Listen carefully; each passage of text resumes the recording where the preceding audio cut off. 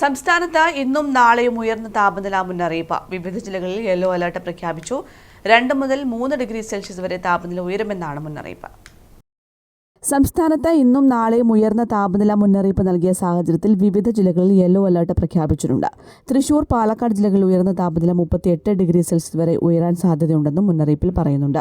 കൊല്ലം, പത്തനംതിട്ട, കോട്ടയം, എറണാകുളം, കോഴിക്കോട്, കണ്ണൂർ, കാസർഗോഡ് ജില്ലകളിൽ ഉയർന്ന താപനില 37 ഡിഗ്രി സെൽഷ്യസ് വരെയും ആലപ്പുഴ, മലപ്പുറം ജില്ലകളിൽ ഉയർന്ന താപനില 36 ഡിഗ്രി സെൽഷ്യസ് വരെയും ഉയരാൻ സാധ്യതയെന്നാണ് മുന്നറിയിപ്പ്. ഉയർന്ന താപനിലയും ഈർപ്പമുള്ള വായുവും കാരണം മലയോര മേഖലകളിൽ ഒഴികെ ചൂടും ഈർപ്പവുമുള്ള കാലാവസ്ഥയ്ക്ക് സാധ്യതയുണ്ട്.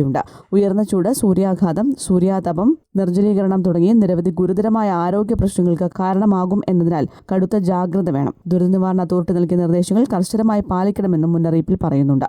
News desk, Kannur vision.